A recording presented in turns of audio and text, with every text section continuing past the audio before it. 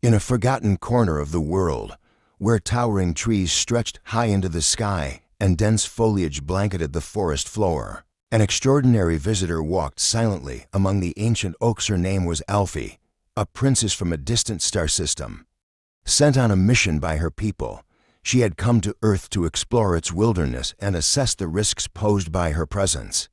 The task was straightforward: observe, analyze, and report. If her being here endangered Earth or attracted unwanted attention from other galactic forces, it was expected that she would eliminate herself to protect the fragile balance of this world.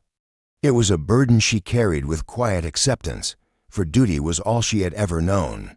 Elfie moved with ethereal grace, her silver hair cascading like a river of stardust, and her skin gleaming faintly, as if it had absorbed the light of distant galaxies. She wore a cloak that shimmered with every color of the forest: emerald greens, autumn golds, and deep umber, allowing her to blend seamlessly into her surroundings. As she walked, her wide, curious eyes observed the rich tapestry of life: birds trilling high in the canopy, squirrels racing along branches, the soft hum of insects hidden among the leaves. This planet was beautiful in a way that she had never encountered before: alive, vibrant, and teeming with emotions she could only begin to understand. Yet, beneath the wonder, a sense of heaviness weighed on her heart. She knew that her mission might require sacrifice, and if she determined that her presence threatened Earth in any way, she was prepared to end her life. As she wandered deeper into the forest, a sudden shift in the air sent a ripple through the quiet woods. The animals fell silent, the breeze stilled, and the forest held its breath, as if warning her of an unseen danger. Elfie stopped in her tracks, her senses alert. Then, from the shadows, a figure emerged: Roman, a hunter who knew these woods better than the lines on his own hands. He moved with the precision of a predator, his steps soundless, and his bow already drawn, an arrow aimed directly at her heart. He had been tracking game when he stumbled upon her, though this encounter was unlike anything he had expected. Ramang's sharp, dark eyes scanned the strange woman standing before him. She was not like any creature he had ever hunted. Her presence radiated something otherworldly. She stood still, her hands at her sides, making no attempt to run or defend herself. Her silver hair shimmered under the filtered sunlight, and her eyes, deep and luminous, held his gaze with unsettling calm. Ramang tightened his grip on the bow, ready to release the arrow at the slightest movement, but something about her composure gave him pause. "Who are you?" he demanded, his voice rough and low. "And what are you doing here?" Elfie's voice was soft, carrying a strange, melodic cadence. "My name is Elfie," she said. "I come from beyond the stars, sent to observe your world. If my presence puts your world at risk, then you must do what you must." Ramang blinked, trying to make sense of her words. "You're telling me you're an alien?" he asked, disbelief lacing his tone. "Yes," Elfie replied simply. "And if I am a threat to your world, it would be better for you to end my life now. I will not resist." Her words hung in the air like a challenge, but her voice carried no fear. Ramang had hunted many creatures throughout his life: deer, wolves, even men, but never had he encountered someone so willing to accept death. He studied her carefully, waiting for some sign of deceit, yet all he saw in her was honesty. She stood before him like a leaf carried by the wind, ready to fall if that was where fate took her. For a moment, Ramang wrestled with himself. Everything about her was strange and unsettling: her appearance, her words, the way she seemed to welcome death. But instead of fear, he felt something unexpected stir within him: fascination. She was unlike any being he had ever met. Her calmness in the face of death was not cowardice, nor was it indifference. It was the kind of acceptance born from carrying a great burden, the same burden Ramang himself had carried many times when life demanded difficult choices. Slowly, he lowered his bow, the tension in the string releasing with a soft creak. "I'm not going to kill you," he said quietly, though the words surprised even him. Elfie tilted her head, her expression serene but curious. "Why not?" "I've given you every reason." Ramang shrugged, his gaze still locked on hers. "Because you're not a threat, and because—" "I don't want to." Elfie's luminous eyes flickered with a hint of confusion. "You don't want me to die?" she asked, her voice soft and uncertain. Ramang shook his head. "No, I think you don't belong out there wherever you came from. You belong here with me." The words tumbled from his mouth before he could stop them, but as soon as he said them, he realized they were true. Elfie stared at him, her heart a heart that had never known emotion beginning to stir with something unfamiliar and strange. "Why would you want me to stay?" she whispered, almost to herself. Roman smiled a rare, lopsided grin that softened the hard lines of his face. "Because," he said, "I think I've fallen for you." The weight of those words settled between them like leaves falling silently to the forest floor. Elfie had come to Earth prepared to sacrifice everything for the sake of duty. But in this moment, with Ramang standing before her, offering not death but life, she realized that perhaps she had found something far more valuable than duty, something she had never even known to search for. Slowly, cautiously, she reached out and took his hand, feeling the warmth of his touch spread through her, grounding her in a way she had never known.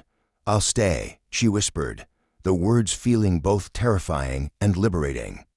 Ramang gave her hand a gentle squeeze, his heart beating faster than it ever had during any hunt. Together they stood in the heart of the ancient forest, two beings from different worlds bound by a connection neither of them fully understood, but both willing to explore. For a long moment, the only sound was the gentle rustling of leaves in the wind and the distant calls of birds settling into their nests. Ramang held Elfie's hand, and she let herself remain grounded in that touch, feeling something more tangible than duty, something warmer, more alive. They didn't speak much that first evening, both uncertain of what lay ahead, but in the quiet, there was an unspoken understanding. Whatever the strange connection between them was, it deserved to be nurtured. And so, Elfie stayed. In the following days, they began to learn from each other, like travelers speaking different languages, but finding new ways to communicate. Ramang showed her how to gather herbs from the forest and build a fire from dry wood and flint. Elfie, in return, taught him small wonders, how to sense the vibrations of creatures moving unseen through the forest, how to listen to the language of the wind, and how to calm animals that would normally flee. The forest that had once felt vast and empty now seemed fuller with each passing day, as the two carved out their own space within it. Ramang took her to the highest hill, where the sky spread wide above them, and Elfie, for the first time, understood the beauty of an open horizon. They spent evenings by the fire, where Ramang would tell her stories, memories from his past hunts, moments of hardship, and the rare times he had known peace. In return, Elfie shared fragments of her own life among the stars, describing glittering nebulae, colossal space stations, and the loneliness of living a life dictated by duty. Despite the differences between their worlds, they found comfort in each other's company. Ramang, who had long considered the forest his only true companion, realized that he no longer felt alone. And Elfie, who had lived her life without attachments, discovered something that both frightened and excited her, the desire to stay, not because she had to, but because she wanted to. One night, under the brilliant canopy of stars, Ramang asked her about her people, what they would do if they discovered she had chosen to remain on Earth. Elfie hesitated, knowing the truth was not a simple one. "They might come for me," she admitted quietly, her silver eyes flickering with uncertainty. "Or they might decide that my mission was a failure and leave me behind."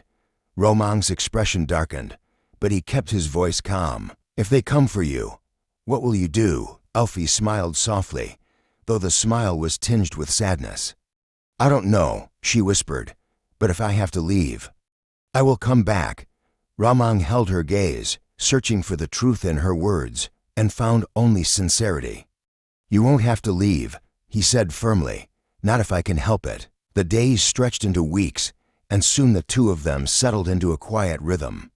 Roman hunted in the mornings, and Elfie wandered through the forest, learning its secrets and marveling at the strange beauty of Earth. Sometimes she would find herself thinking of her home world and the expectations she had left behind. The cold precision of her people seemed distant now, and in its place, the warmth of Ramang's presence filled her thoughts. She knew that choosing to stay with him might one day bring danger either from her people or from forces beyond the stars. But for now, she let herself live in the moment, savoring each sunrise, each walk through the woods, each night spent beside the fire. Ramang built them a small cabin from wood and stone, tucked away between the ancient oaks, where the sunlight filtered through the leaves in shifting patterns of gold and green. It was a simple shelter, but it became their home, a place where they could retreat from the rest of the world. They spent hours together in comfortable silence, the kind of silence that didn't need to be filled with words. Ramang would carve small wooden figures by the fire, and Elfie would sit beside him, tracing patterns in the dirt with her slender fingers, content simply to be near him. Seasons began to change, and with them came new challenges. Winter crept into the forest, blanketing the earth in snow and making it harder to find food. Ramang taught Elfie how to set traps and find hidden burrows beneath the frost, while Elfie, in turn, showed him how to track migrating animals using patterns only she could sense. There were nights when the cold pressed in on them, seeping through the walls of their cabin, but they kept each other warm beneath furs, sharing quiet conversations and stolen glances. Ramang would sometimes catch her looking at him with a softness in her eyes that made his heart ache, an unspoken promise that, no matter what happened, she was with him. As winter began to thaw into spring, Elfie found herself thinking more and more about the future. She knew that her people might send someone to retrieve her, or worse, to destroy her for disobeying the mission. But she also knew that leaving Ramang behind was no longer an option she could bear. One evening, as they sat beneath the stars, Ramang turned to her, his expression serious. "If they come for you," he said quietly, "we'll fight them, together." Elfie's heart swelled at his words, a mixture of fear and fierce determination rising within her. Together, she agreed, knowing that no matter what lay ahead, they would face it side by side. And so, they continued to live in the forest, their bond growing stronger with each passing day. Elfie taught Ramang how to see the world through her eyes, how to feel the energy that pulsed through every living thing, from the smallest insect to the tallest tree.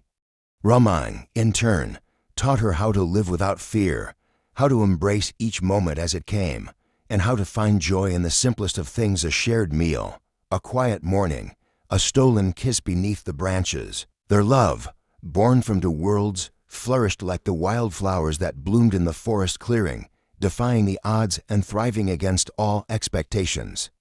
Though they knew the future was uncertain, neither of them cared.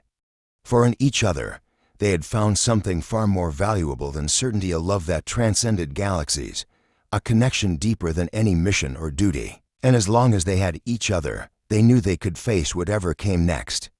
Whether it was the arrival of Elfie's people, the dangers of the forest, or the endless unknowns of life, they would stand together, hand in hand, their hearts forever intertwined beneath the ancient trees of the forest that had brought them together.